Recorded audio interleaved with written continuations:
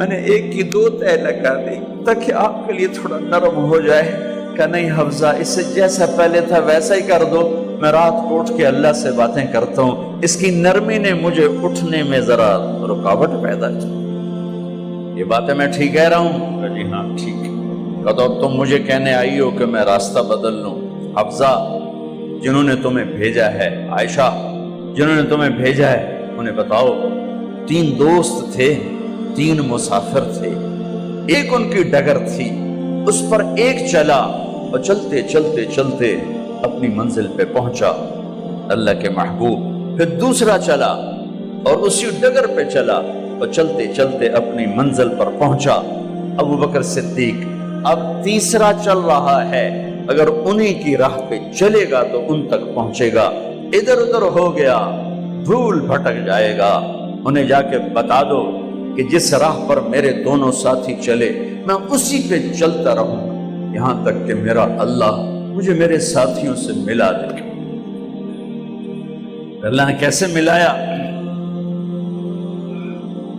نماز میں خنجر لگا، نماز فجر کی نماز پڑھا تھا، اب ایک دم گرے، وہ چھپا ہوا تھا ابو لولو مجوسی، اس نے 7 وار کیے خنجر کے پیٹ میں، تو اب گرے تو پہلی صف والوں کو تو پتہ تھا، پیچھے نہیں، تو عبد الرحمن بن عوف لپک کے آگے مصلی پہ کھڑے ہو کے نماز شروع کر دی، اور چند آدمی اس کو پکڑنے کے لیے بھاگے، پھر اس نے آگے جا کے اپنے آپ کو خنجر مار کے اس نے خودکشی کر لی۔ اٹھا کر مکان پر لے گئے، دودھ پلایا گیا تو وہ آنتوں سے باہر نکل گیا، کہنے لگے موت کا پیغام آ گیا ہے۔ تو اپنے بیٹے کو بلایا کہ بیٹا جا کر اماں جان عائشہ سے کہو کہ عمر، امیر المومنین نہ کہنا، اب میں امیر المومنین نہیں ہوں، کہنا کہ عمر بن خطاب اپنے دونوں ساتھیوں کے ساتھ قبر کی جگہ چاہتا، اگر مجھے اجازت مل جائے تو مجھے وہاں دفن کرنا، اگر اجازت نہ ملے تو مجھے عام قبرستان میں دفن کر دیں۔ عبداللہ بن عمر تشریف لے گئے تو اماں عائشہ بیٹھی رو رہی تھی کہ اماں جان میرا باپ عمر بن خطاب اجازت چاہتا ہے قبر کی اپنے دونوں ساتھیوں کے ساتھ۔ تو حضرت عائشہ رضی اللہ تعالیٰ عنہ رونے لگی، پہلے بھی رو رہی تھی، کہا عبداللہ یہ جگہ تو میں نے اپنے لیے رکھی ہوئی تھی کہ میں اپنے خامند اور باپ کے ساتھ میں بھی ایک کونے میں سو جاؤں گی، لیکن اگر عمر کی خواہش ہے تو اس جگہ کا عمر مجھ سے زیادہ حقدار۔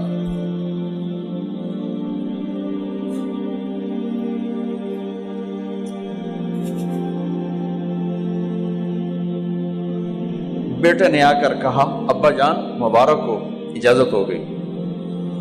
کہا بیٹا ہو گئی، لیکن جب میری میت اٹھاؤ تو دروازے پر جا کر رکھنا اور ایک دفعہ دوبارہ پوچھنا، ہو سکتا ہے میرے شرم میں اجازت دی ہو اور میرے مرنے کے بعد انکار فرما دیں، تو ایک دفعہ دوبارہ پوچھنا، اس وقت بھی اجازت ملے تو پھر لے جانا ورنہ واپس لے جانا۔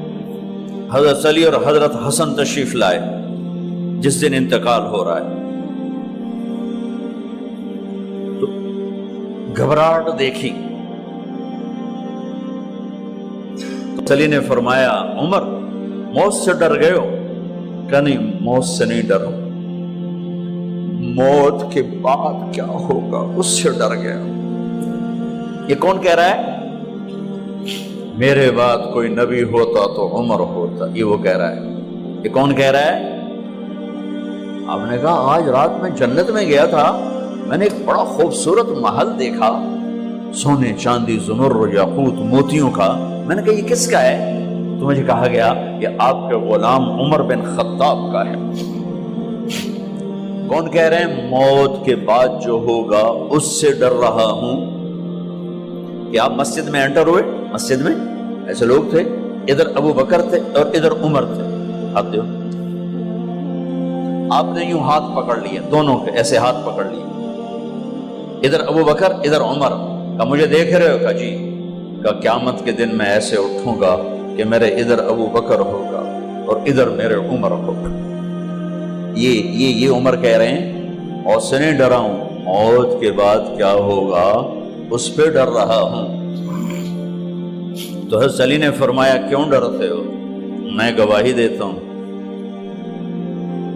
میں نے کئی دفعہ اللہ کے محبوب سے سنا کہ جنت کے بڑی عمر کے، ایک تو نا جنت کے نوجوانوں کے سردار وہ تو حسن حسین ہیں، میں نے کتنی دفعہ سنا اللہ کے نبی سے کہ جنت میں بڑی عمر کے لوگوں کے سردار ہیں ابو بکر اور عمر۔ تو آپ نے کہا قیامت کے دن گواہی دو گے؟ آپ نے کہا، حضرت علی نے کہا میں بھی گواہی دوں گا، میرا بیٹا حسن بھی گواہی دے گا۔ وہ حضرات تشریف لے گئے تو موت کی آہٹ کو محسوس کیا تو بیٹے کی گود میں سر تھا عبداللہ بن عمر کا، بیٹا یہ زمین پہ لٹا۔ انہوں نے یہاں سے ہٹا کر یہاں سر رکھ دیا۔ وہ حق سنا نہیں کیا کہہ رہا ہوں، زمین پہ ڈال دے۔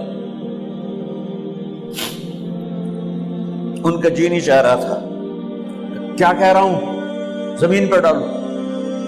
انہیں آگے کر دے، وہ پیچھے اٹھ، اپنا چہرہ مٹی میں یوں رکھ اور مٹی میں منہ ملنے لگے ایسے، اور کہہ رہا ہے ویل لک یا عمر ان لم یغفر لک عمر ان لم یغفر لک ربک، اے عمر اگر تیرے رب نے آج تجھے معاف نہ کی تو ہلاک ہو۔ ویل لک ولأمک ویل لک ولأمک یا عمر ان لم یغفر لک ربک، عمر اگر آج تجھے اللہ نے معاف نہ کی تو ہلاک ہو۔ اتنے بڑے مقام والے 1,24,000 میں ایک آدمی ہے مراد، جسے مانگا گیا ایک آدمی، یا اللہ عمر دے دے میرے اسلام کی بلندی کے لیے۔ وہ کہہ رہے ہیں ویل لک یا عمر ان لم یغفر لک رب،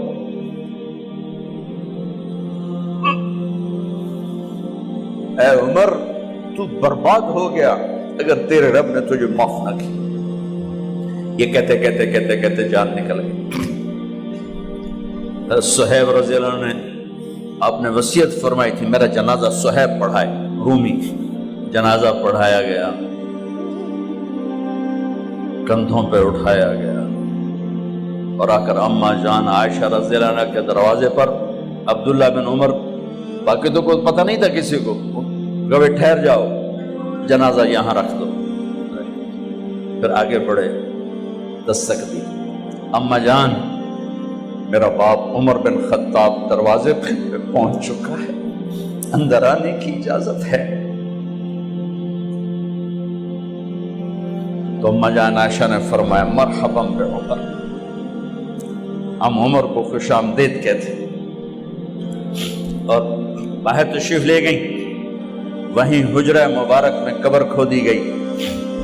عبداللہ بن عباس فرماتے ہیں کہ میرے کندھے پر کسی نے ہاتھ رکھا تو میں نے یوں پیچھے مڑ کے دیکھا تو جناب امام المتقین حضرت علی کھڑے ہوئے رو رہے تھے اور فرما رہے تھے عمر مجھے پتا تھا تیرے سوا یہاں کوئی نہیں آ سکتا، مجھے پتا تھا یہاں تو ہی آئے اور کوئی نہیں آ سکتا، چونکہ میں نے ہزاروں دفعہ سنا خرجت انا و ابو بکر و عمر دخلت انا و ابو بکر و عمر، میں نے ہزاروں دفعہ اپنے نبی کی زبان سے سنا میں اور ابو بکر عمر گئے تھے، میں اور ابو بکر عمر آئے تھے، میں اور ابو بکر عمر اندر گئے تھے، میں اور ابو بکر عمر باہر گئے تھے، میں نے اپنے نبی کے نام کے ساتھ تجھے اور ابو بکر کو اتنا سنا ہے کہ کسی کو نہیں سنا، لہذا مجھے پتا تھا تو اسی جگہ پہ آئے گا، تیری یہی جگہ ہے۔ میرے بھائی بہنوں، یہ وہ لوگ ہیں جنہوں نے رضی اللہ عنہ کا ٹائٹل جیتا اور پھر روتے روتے مر گئے۔ مجھے کیا خبر کیا ہونے والی، آپ کو کیا خبر کیا ہونے والی؟ بے شک میرا رب رحیم ہے، وہ اس کے رحم کے تو فعلی کام بنے گا، کیڑیاں تقریراں تے کیڑے علم، کیڑیاں نمازاں تے کیڑیاں سجدہ، کم تو اس کی رحمت پر بنے گا، پر یہ اعمال اس کی رحمت کو لینے کا راستہ ہیں۔ یہ بھی ٹھیک نہیں ہے کہ اللہ غفور الرحیم ہے، آپ ہی معاف کرے گا، یہ یزید اور حسین کو برابر تو نہ کرے۔